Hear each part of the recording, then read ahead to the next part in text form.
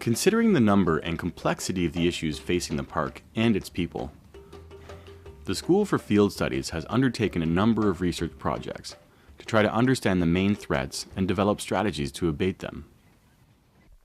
Conservation in Africa is very, very tricky. It depends on two things.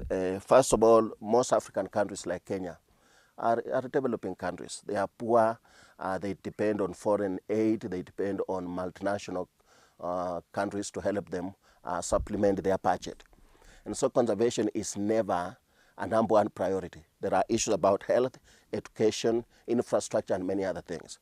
And it is just important to realize that in poor developing countries, conservation is almost an elitist subject. It needs a lot of external help for people to conserve biodiversity well. And the priorities for these poor countries is sometimes not environmental.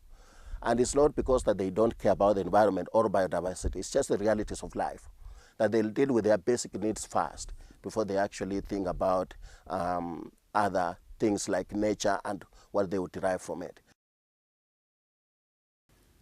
In order to deal with the problems of conservation in Kenya, the school is taking a two-tiered approach, focusing its resources on research at both the national and local levels.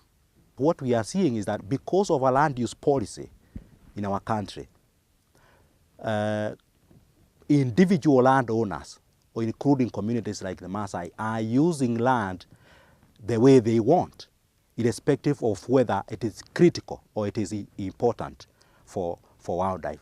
So there is therefore a need possibly to come up with national guidelines on how to use land so that you avoid introducing land use practices which are not comparable with wildlife conservation. Research at the national level is being supplemented by in-depth research with local communities.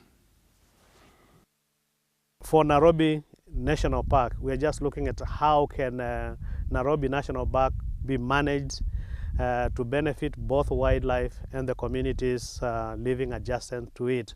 So the question is just how can Nairobi, which is facing so many threats, be conserved, can be sustained for a long time to benefit people, to benefit the government and the communities living near Nairobi National Park.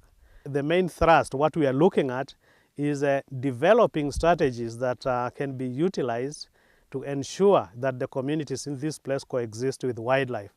Some of the things we are looking at, especially in this place when we're working here, is just looking at certain enterprises, certain things, certain projects that the community can develop that earn them revenue that they can perceive as coming out of wildlife. We have something we call cultural manyatas, where the tourists will come out of the park into the community and they perform for them, they buy artifacts from them and things like that. So that way the community is getting something out of conservation, so to speak. The health of the people and wildlife of Nairobi National Park is vulnerable to a number of ever-growing threats, many of which have never been faced before. The research that the School for Field Studies is doing is critical to solving these problems, so that the wildlife and the ways of life that are supposed to be protected by the park can survive well into the future.